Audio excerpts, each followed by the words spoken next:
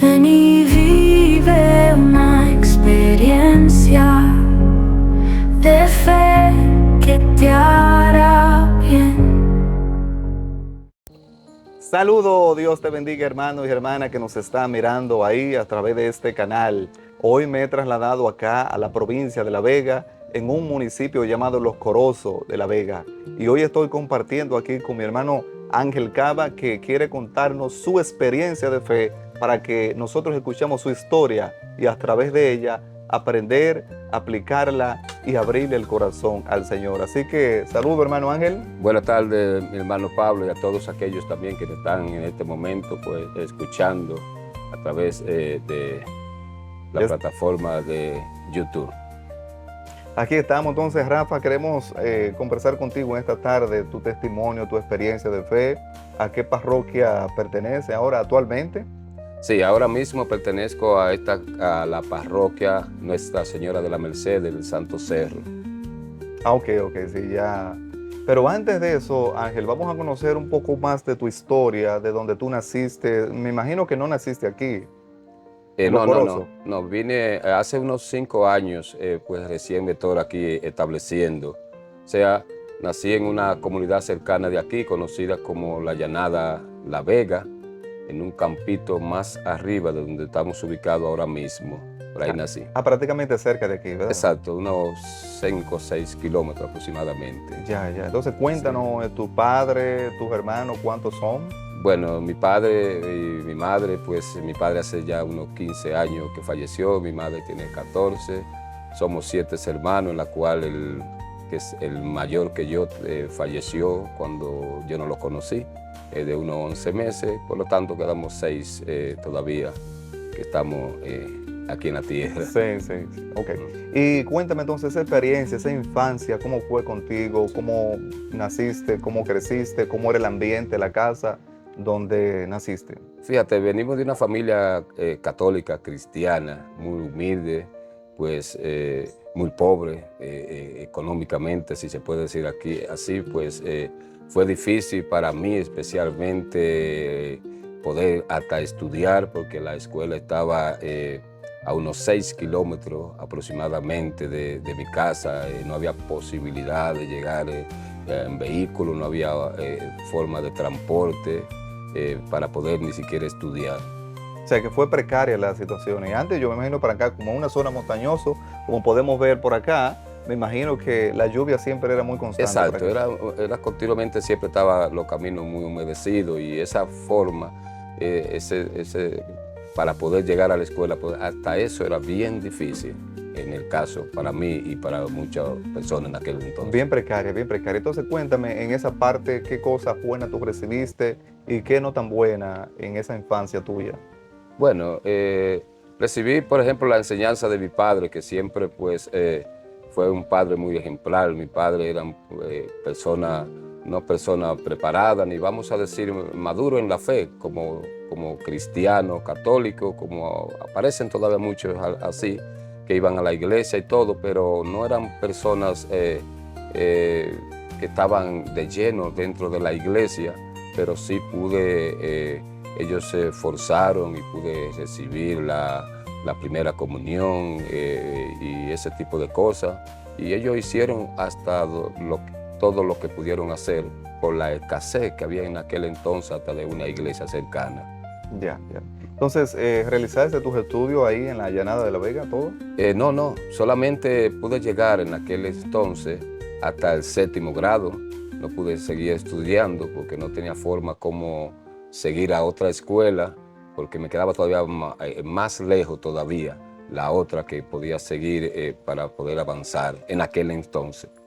Aunque después, pues cuando comencé a conocer de Dios, pues Dios entonces me inspira y me hace volver a la escuela ya siendo un hombre maduro. Y continué los estudios, pues después de 40 años empecé a estudiar con los niños de prepara y esa cosa. Y ahí me formé un poquito, aprendí a leer bien y más o menos. Y cuéntame, a partir de esa necesidad que había en tu casa, esa precariedad por la falta de alimento y de recursos en el momento, porque antes sabemos que la situación era muy difícil, Pero ya esa parte, ¿cómo era tu trato con tu papá, con tu mamá? ¿Te daba amor con los hermanos? ¿Cómo vivían en esa época? Porque a veces podemos tener poco o a veces podemos tener mucho y a veces no sabemos qué dar. Y a veces damos de lo que tenemos, pero siempre recibiste amor. Tu padre no era cruel contigo, con los demás, no había ese tipo de situación. Fíjate, en esa parte yo gocé de todo lo que puede gozar un niño en aquel entonces, porque mis padres siempre fueron muy amorosos, no conmigo, con todos nosotros, con todos los hermanos, siempre pues eran muy amorosos, nos buscaban lo mejor que hubiera, aunque no había mucho, pero siempre ellos se ocupaban de que fuéramos lo poco que pudimos estudiar, de que pudieran ir, me acuerdo, con un pantalón grande, lo abrían y hacían 2 pantaloncitos para 2 hermanitos en aquel entonces, y un lápiz en 2 pedazos, una mascota por igual, y con respecto a lo que es el trato que nos daban, pero un trato siempre fue muy bueno hasta el final, porque ellos sin tener nada nos daban todo lo que ellos tenían siempre a nosotros. Qué bueno, qué bueno. Me he enterado que tú viviste un tiempo en Estados Unidos. Así, ¿Cómo tú logras irte allá hacia Estados Unidos? ¿Te casaste? ¿Te fuiste? ¿Cómo? así es, ya cuando ya era una adolescente, pues llegué a ser chofer aquí en la línea donde, cercana de mi comunidad a la ciudad de La Vega, pues ahí entonces nace ya el deseo de querer seguir adelante. Y Dios me dio la oportunidad, ya algunos familiares míos pues estaban por allá, abrieron las puertas para que yo pudiera conseguir una visa a los Estados Unidos, y al llegar allá pues me quedé allá, hice mis papeles y todo, y en esa parte pues se me cumplió todo deseo de aquel joven de poder echar hacia adelante, de poder salir. ¿Te casaste allá o te casaste aquí antes de irte?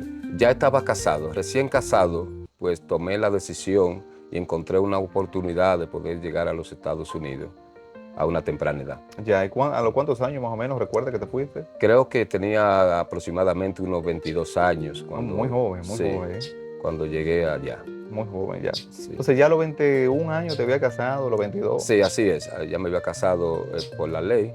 En aquel entonces me había casado, ya se había ido hacia allá, y eso me empujó un poco como para que me sentí como obligado para estar más cerca tal vez de ella o qué sé yo. Y así fue. ¿Se fueron los dos o ella quedó aquí y tú te fuiste? No, ya estaba allá. Ahí estaba ya. Ella- ¿La conociste allá? No, la conocí aquí. Ok. Ella vino a casarse. Ok, ya. Sí. Vino a casarse. Vino a te casarse, llevó allá. ya se regresó. Entonces ahí despertó en mí como el deseo de viajar, de irme, y hasta que Lo pude lograste, llegar, lo logré, lograste. así Sí, es. sí. Entonces, en ese tiempo, porque sé que tuviste una separación, ¿qué pasó en esa separación? ¿Qué produjo, qué provocó esa separación? Fíjate, allá, por ejemplo, fue un poco difícil en esa familia que pudimos crear, mi primera esposa y yo, pues ella pasó muchas calamidades, muchas dificultades, pasamos juntos, pero ella sufrió bastante en el caso, porque cuando yo llegué allá poco tiempo, ya me lancé a la calle, pues andaba buscando dinero rápido y, ¿sabes? Como todo joven, pues caí en vicio de droga, ya de una temprana edad, pues ya tenía hasta prostíbulo. O sea, que tú entraste a ese mundo de las drogas, o sea, como consumidor o como... Consumía, más que todo consumía, nunca quise vender, pero estaba asociado en esa parte, o sea que tenía conocimiento, porque en ese negocio en la cual pues yo no manejaba directamente, sino que lo manejaba una es amiga mía o es novia, como le dicen, que era la que guiaba el negocio, pues, pero sí estaba mi mente estaba muy clara de lo que se hacía en ese lugar, no solamente pues se hablaba o se bregaba con prostitución, sino que los vicios como la droga y el alcohol y ese tipo de cosas pues eran la parte fundamental en la cual se mantenía el negocio de pie. Ya, entonces, pero allá tú tenías prostíbulo Sí, en allá. Estados Unidos. Sí, allá. Sí. Sí, ¿Y llegué. cómo queda así? Eso se conoce allá, la persona que me están sintonizando de otros países le conocen allá como Bayún. El bayou es una especie, aquí lo conocemos como cabaret, así directamente, Ok. centro nocturno, donde las personas pues van, a las mujeres, a la bebida, y también en forma de un hotel funciona, o sea que usted tiene acceso a coger la mujer que preferida de la que estén ahí y puede estar con ella por unos cuantos pesitos y puede emborracharse. Es una casa pública, no es un negocio pues legal, es un negocio totalmente ilegal. Eso es ilícito, Sí, ilícito. ya Ya eso era es clandestino. clandestino, eso Sí, no es como un bar. Por ejemplo, un bar en los Estados Unidos es diferente que un bar aquí. Pero ese negocio en el cual yo te estoy hablando no es un negocio legal, o sea, es un negocio totalmente, existen poco hoy en día. Pero en aquel entonces era tan común, cuando en los años 90, que yo llegué allá al principio, pues era tan común, o sea, que podía uno encontrar uno en cualquier lugar. Ya, o sea, era algo como que abundaba en el momento. Exacto, estaba muy de moda en aquel entonces, pero generaba una suma de dinero y todo el mundo, pues, como es algo que se vende, como es el producto de las mujeres, todo hombre, aunque tenga su mujer, pues, si no tiene a Dios, lo más probable es que quiera salir a buscar, pues, diversión. Y la encontraba en un lugar como ese y podía, pues, sentirse feliz por unos cuantos minutos y unos cuantos pesos rápidamente. Ya, entonces, ¿cómo te sentías tú en ese mundo de droga, alcohol, sexo? ¿Cómo te sentías tú? ¿Ahí tú pierdes tu matrimonio o luego, después? ¿En qué proceso? En ese entonces todavía mi matrimonio estaba activo porque la esposa mía ¿Ella sabía todo lo que tú hacías? no tenía conocimiento, porque yo lo que en realidad trabajaba era en aquel entonces bodega. Entonces salía para la bodega y como ella sabía que yo era desordenado, lo que ella entendía, que cuando llegaba de madrugada me iba a otro lugar, pero nunca sabía que era mi lugar propio. Entonces, en muchas ocasiones, pues ella nunca se llegó a dar cuenta de esa parte hasta después ya que vinimos a este país, que se fue descubriendo todo poco a poco. O sea, que era algo tan oculto, como yo no lo manejaba aquel negocio directamente, pues ella siempre estaba en mi negocio legal, que era una bodega, pues ella no sabía. tenía bodega Sí, ya, ¿no? claro. Al Ya. tener un negocio legal, público, yo salía para mi bodega, pero como ella ya no me echaba de menos, si yo llegaba a las 10, estaba supuesto llegar a las 10:30, 10:25, estaba a 25 minutos de mi casa, si llegaba a las 2 de la mañana o a la 1, ya no le daba mucha mente a eso, porque ya era costumbre, ya se había acostumbrado ella, porque nunca llegaba a una hora correcta. Específica, sí. Sí. Ya, entonces, ¿en qué momento de tu vida ese matrimonio fracasa? Fíjate, en el 2006, entonces nosotros me había ido bien económicamente, tanto que había recapitulado mucho dinero en la parte legal de la bodega, pero también me había ido mal, me había ido bien también en lo que es la parte de los prostíbulos y esa cosa. En el 2006, entonces, decidimos, le hice una propuesta a mi esposa para que vinieran para acá, de retirada o a descansar, qué sé yo, muy agotado. Ya habían 3 hijos por el medio que habían nacido allá. Angie, perdón, vamos a empezar por la más vieja, que es Iliana, Darlene y Angel. Entonces, los traje a ellos para acá, los puse a estudiar y todo iba bien dentro de lo que ella entendía, o sea, sin yo cambiar mi vida, sin yo cambiar mi estilo de vida. No cambió porque viniera aquí, o sea, seguía mi vida desordenada, donde ella estaba acostumbrada, que yo salía y regresaba a cualquier hora y ya era una costumbre para ella. Sí. Entonces, en ese momento, el matrimonio se rompió aquí en Dominicana. Exacto, se rompió ya en el 2010, 2011, porque cuando llegué aquí, ya aquí yo tenía primero agencia de vehículos, esa cosa. Sí, tenía, o sea, con Sí. el dinero que tú producías en esos Sí. lugares, tú lo acumulabas, Ujú. ibas juntándolo, entonces para traerlo para acá o lo mandaba. Sí, ya tenía lo que se llama un auto-import. Un dealer. Importaba Ah, vehículos. tú traías Sí, para allá. vendía vehículos aquí, rentaba vehículos.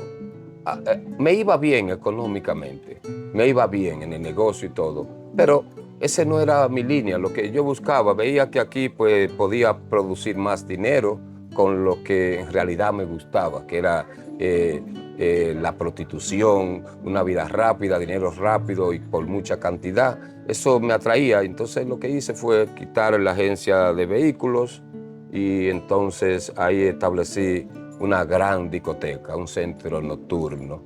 O sea, lo que tú hacías allá también quisiste hacerlo aquí, pero legalmente, Exacto, obvio. ya ese es un negocio legal. Ahí la mujer comenzó a enterarse de que ya yo iba por mal camino, porque ya como que se venía destapando lo que estaba oculto por muchos años. Entonces ahí es cuando ella comienza a darse cuenta que llegaban informaciones pues directas a ella con pruebas, con evidencia de que había mujeres ya embarazadas de mí, hijos en otro lugar.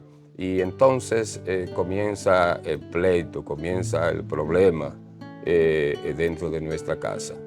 Ok, entonces cuando tú regresas de allá, que hace todas esas inversiones, entonces cuando las cosas empiezan a irte bien aquí, ahí entonces en que empieza la esposa a tomar cuenta de lo que había pasado contigo, que no estaba haciendo. Entonces, eso significa de que hay otros hijos más que estuviste. Sí, exactamente. Tengo 3 hijos más en 2 mujeres. ¿Diferente o la misma? No, en 2. En una tengo 2, Miguel Ángel y Angie.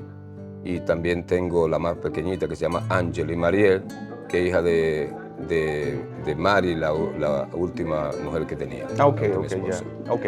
Entonces, bueno, pues la cosa no es fácil.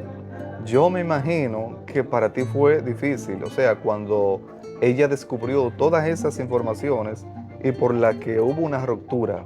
O sea, ¿cómo tú te sentiste? Porque ya sabemos lo que provocó esa situación. Entonces, ahí, ¿qué tú haces cuando tú te separas de la mujer? Tienes que dividir todo, me imagino. Sí, fíjate, para mí no le di tanta mente en ese entonces, porque el pleito, ya yo estaba acostumbrado a los pleitos porque sabían lo que estaba. Pero a mí no fue algo, una sorpresa, como que duró un tiempo y yo decía, ella se va a quedar, ella no le va a dar mente a eso. Pero vino algo en mi vida que marcó mi vida para siempre, fue una decisión que ella tomó sin yo saber nada, y eso dio un impacto en mi vida, que fue aquel día cuando yo llegué un día por la mañana, como era casi de costumbre ya por el negocio que llevaba, pues llegaba o bien de madrugadita o llegaba al otro día. Sí. Entonces cuando llegué al otro día por la mañana me cansé de llamar a buscar todas las habitaciones y todas por la casa y vi que todo estaba, ya no vivía nadie, la mujer se había ido con mis 3 hijos. Ella agarró todo lo... Sí. En ese momento pues nació en mí una gran tristeza y una gran angustia, porque yo entre el medio de las faltas que tenía y que tengo, pues siempre fui débil con mis hijos. Siempre era para mí pues de mucha tristeza cuando encuentro ese papelito encima del comedor que decía, quédate con tus mujeres y con tu gente, que nosotros nos vamos. ¿Y cómo tomaste eso? Eso fue para ti muy doloroso porque te apartó de las personas, de los hijos a quienes tú vas matando. Exacto, duró unos días ahí como que yo decía, ella vuelve. Pero cuando pasó un día, pasó 2, me di cuenta cuando llamé para los Estados Unidos que estaba en los Estados Unidos y ella estaba establecida, me enteré, ya pues ya tenía casa buscada. ¿Se fue a Estados Unidos? Sí, se fue. fue ¿Con su muchacho? Con mis 3 hijos. Entonces se había ido porque no aguantaba, prácticamente no aguantaba pues la carga, la presión y la forma de yo vivir. Ya. Y entonces ella se fue y me enteré de que ella estaba establecida. Yo decía los primeros días, pues ella vuelve. Como todo hombre, cuando tiene forma de vivir, piensa que es lo mejor del mundo entero y que le van a venir a rogar. Pero no sucedió así. Ella nunca volvió. Entonces comenzó en mí esa tristeza por dentro, esa falta de mis hijos, en la cual no podía hablar, ni podía mirarlo, ni podía expresar lo que sentía. Y nació en mí una tristeza tan grande, Pablo, que una noche, estando yo pues en aquel negocio nocturno, pues comencé a llorar. Seguimos, mis queridos hermanos, y le pedimos excusa porque tuvimos que hacer un ligero movimiento por el ruido que se escuchaba al fondo, para así seguir escuchando esta gran experiencia de fe. Entonces continuamos, hermano Ángel. Así es, te iba diciendo hace un ratito, Pablo, con respecto a cuando recibí aquella mala información, cuando mi esposa pues se había ido de la casa. Para mí era, yo pensaba siempre que ella iba a volver y eso, pero pasaron unos días y me di cuenta que no fue así. Ella se había establecido en los Estados Unidos. Entonces se fue acumulando en mí esa tristeza, esa falta de mis hijos, que los quería mucho y ellos a mí. Pues un día entonces ya en el negocio, estando ya bien borracho, drogado, eso de las 12 aproximadamente de la noche, pues nació en mí como un deseo de aclamar a Dios, que no lo conocía, que nunca lo había aclamado, no conocía. Escuchaba, era ateo, una persona que iba a la iglesia, pero le pedí sin saber a Dios ni siquiera que me iba a escuchar, que me sacara de ese lugar, porque no quería seguir viviendo o haciendo ya lo que hacía. Entonces fue cuando Dios me dio la primera señal. Ya a los 3 días pues yo había conseguido un cliente para aquel negocio y lo vendí. No, pero un momento. ¿Qué tiempo tenías tú con el negocio aún? Pues, con ese negocio ya yo tenía aproximadamente unos 2 años. 2 años. ¿Y te estaba yendo bien ahí? Sí, claro, económicamente sí, tenía muchos ¿Y clientes. qué más se hacía en ese negocio? ¿Tú lo tenías como algo de bebida o también hacía lo que se hacía en Estados Unidos? Bueno, sí, era una plaza en la cual contenía pues billar, tenía arriba tenía billar, tenía pues abajo tenía lo que es el área de vender accesorios para vehículos, tenía el área de lavado, tenía banca, tenía restaurante y tenía también pues una discoteca. También, o sea que sí. Era un con todo, ¿eh? Exacto, sí, era un negocio pues que generaba mucho dinero, era un negocio casi 24 horas casi decimos, porque para mí era 24 horas, aunque nada más se trabajaba como 18 horas aproximadamente, era abierto. Entonces, ¿cómo tú te sentiste cuando tú viste esa respuesta de Dios tan rápido? Ahí es que tú tienes ese contacto con el Señor, cuando por encima del alcohol y de las drogas, tú aclamas a Dios y ves esa señal a solamente 3 días. En esos 3 días yo lo vi, pero no lo vi como una señal de parte de Dios. Sabes que cuando uno no conoce a Dios no puede discernir lo que es una señal, sino que lo vi, le dije algo a Él, pero solamente nunca pensé que era Él quien había actuado en mi vida, sino que ocurrió. Entonces, al quedarme sin mujeres, sin esposa, pues me quedaba, tenía la última niña que tuve con María Estela, pues entonces me di cuenta que me hacía falta como una mujer, en pocas palabras, porque ahí entonces me junté con ella. Entonces, ¿cómo conoces tú a María Esther? Yo la conocí porque ella cantaba para el mundo en aquel entonces. ¿Oh, María Esther cantaba? Sí, cantaba en un grupo popular de bachata y entonces la conocí porque estaba en ese ambiente. Entonces, María Esther allá, ¿tú la conociste en el bar o fuera cantando? La conocí ahí, tocando ahí en mi negocio. ¿Dentro de tu negocio? La conocí ahí. Entonces pasó a ser pues amante mía. Creamos una hija, Angeli. Entonces... No, pero espérate, tú me vas rápido, Rafa, espérate, Ángel. ¿La conociste ahí? Sí. ¿Se enamoraron? Sí, así es. ¿Y luego entonces te casas con ella? No, me junté. ¿Te juntaste con ella? Ok. Me junté con ella. Más bien, pues, buscamos una casa, porque como la casa... Se mudaron. Sí. Nos mudamos. Pero pasó algo, comenzó a pasar algo, pues, en la vida de ella. Dios estaba obrando y yo no lo sabía. Era que ella, pues, se había infectado de tal manera con espíritu, andando por el mundo, que llegó algún momento que perdió la razón. ¿Cómo? Sí. Un momentito. O sea, sí.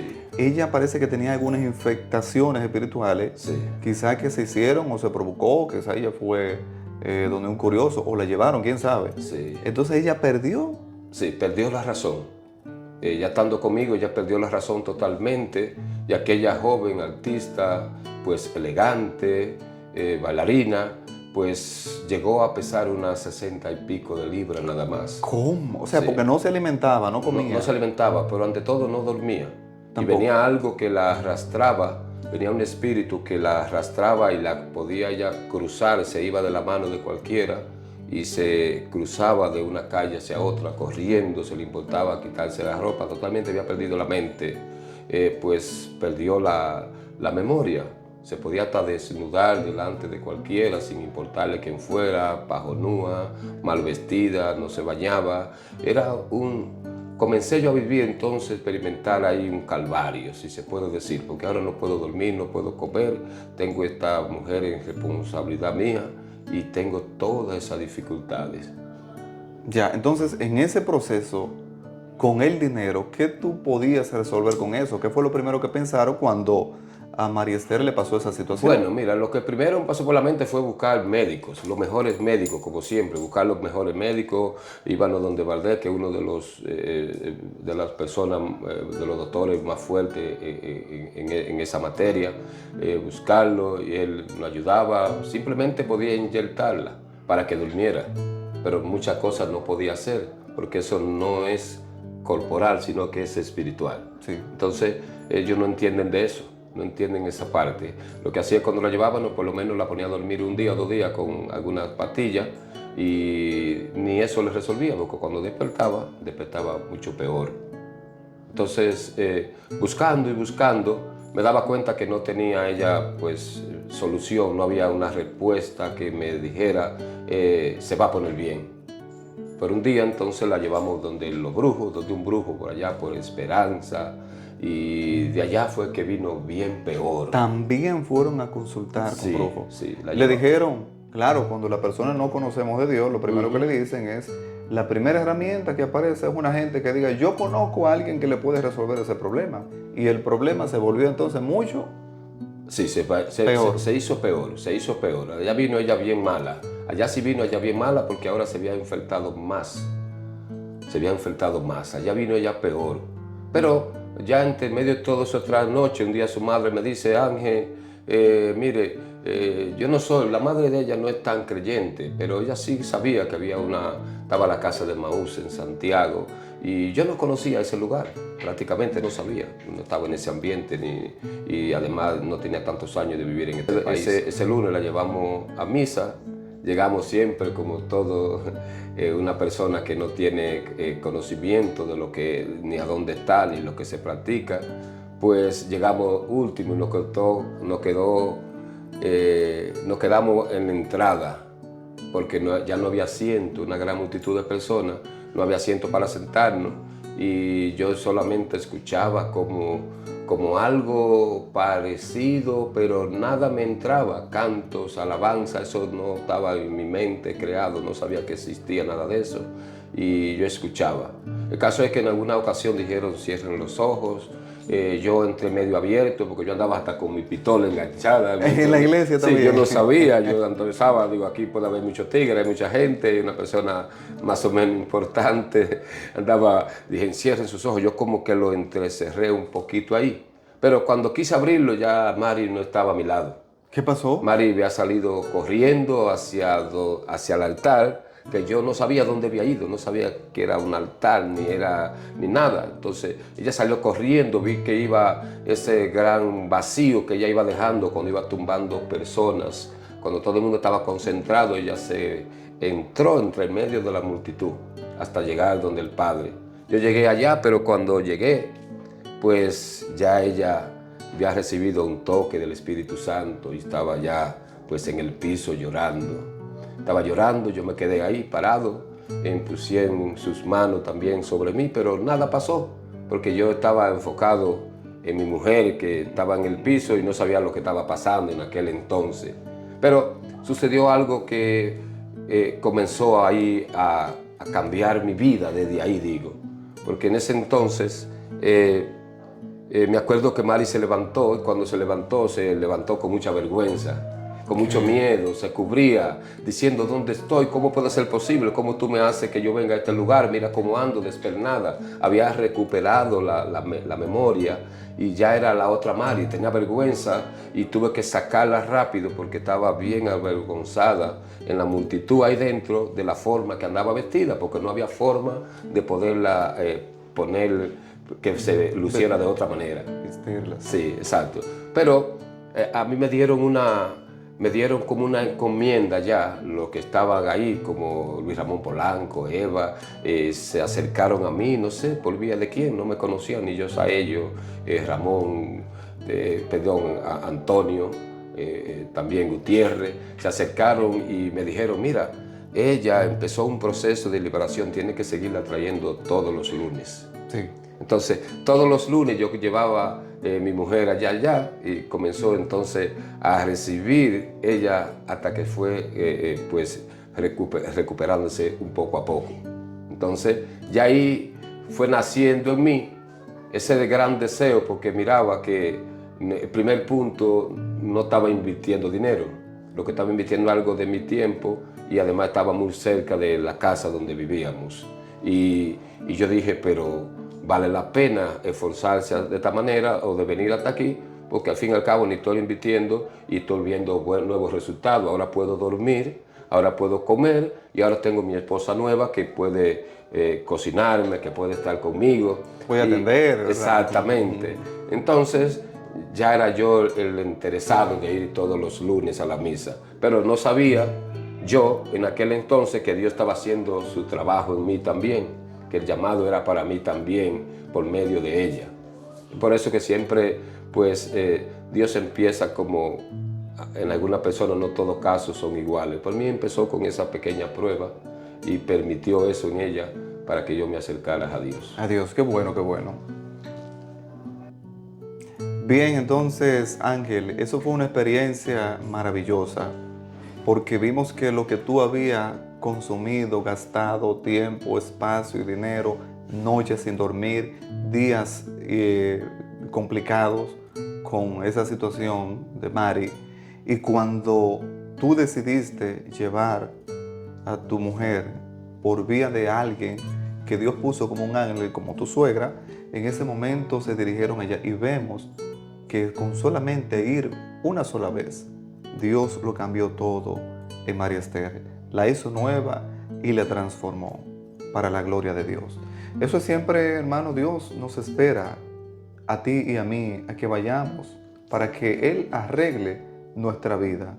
Muchas veces pensamos que a veces podemos nosotros arreglarle la vida y después entregársela arreglada a Dios. Vea, hermano, ni usted ni yo vamos a arreglar la vida. El único que la puede arreglar es Jesucristo. Él nos espera para que vayamos a su templo a servirle. ¿Alguna recomendación, Ángel? Sí, claro. Esto me acuerda, Pablo, lo que es la hemorroísa que aparece en la Biblia.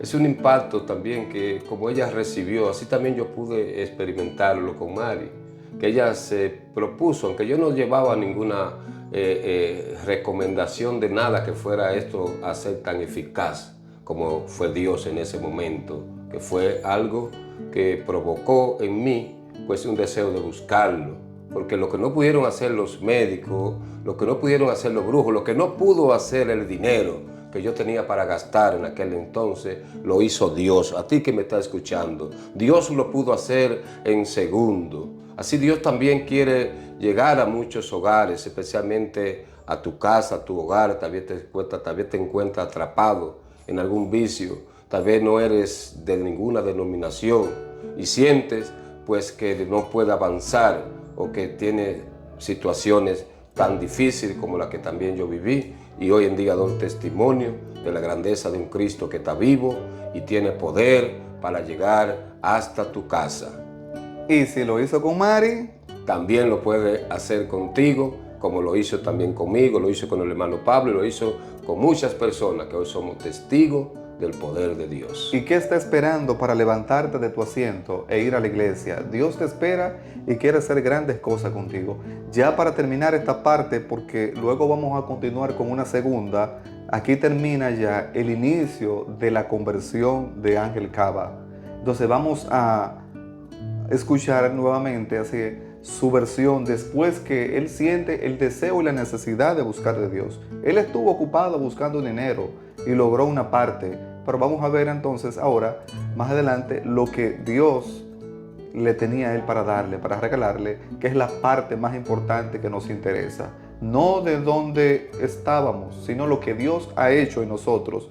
Y nosotros le hemos dicho que sí, y aquí estamos. Así que algo que se me estaba escapando o algo, Ángel, que tú quieras añadir que se te haya escapado en los inicios.